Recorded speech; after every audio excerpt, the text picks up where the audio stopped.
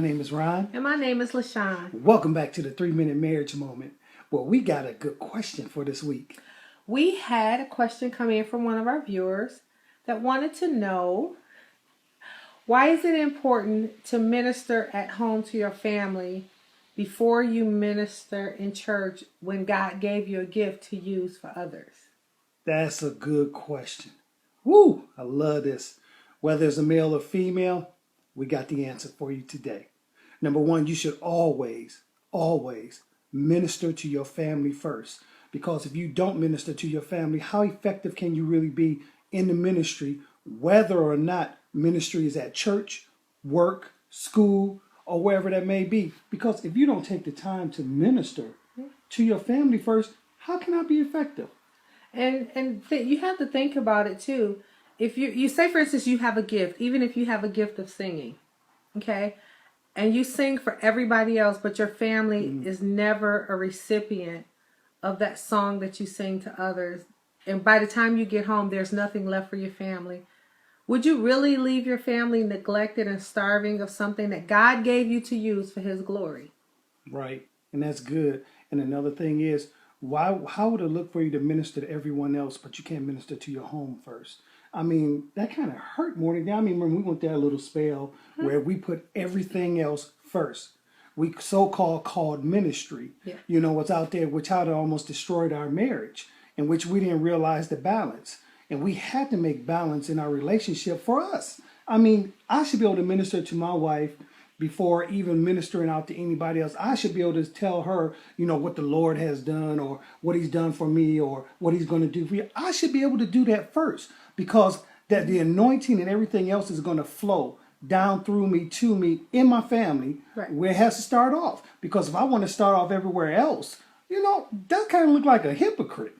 It's like, we use this example a lot. Say, for instance, we invited you over for dinner, and you know, I cooked this awesome meal, or so I think, but I never taste it first.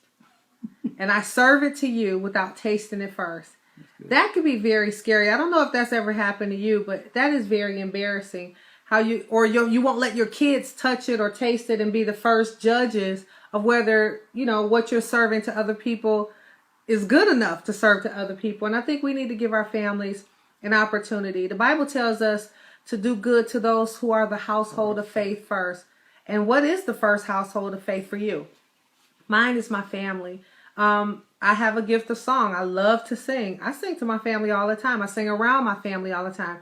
I love to pray. I pray for my family first before I pray for anybody else. Not that it's being selfish, but I think it's good to share first at home what you give to others.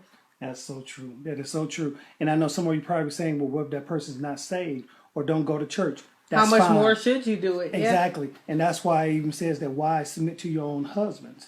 You know, like when you submit to your own husband first, you know, give him full reverence, or you begin to minister to him, guess what? You're going to win his heart. And likewise, if that woman ain't saved, don't know Christ, guess what? Minister unto her. Don't say, oh, that woman just crazy. You know, you take the time and minister to her first. Just like you would somebody else.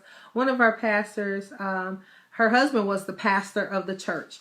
And one of the things that blessed me so much as a young woman married was hearing her say, yes, he's my husband, but he's also my pastor first. And I adored that, how she reverenced him as her pastor. And he did exactly that. Not only was her husband, but he also cared for her soul. And he made sure that he ministered to her and his children. So just think about it. You were created for God's glory, and your light was created to shine for everybody. Why would you hide that light from your family? That's good. Well, thank you so much.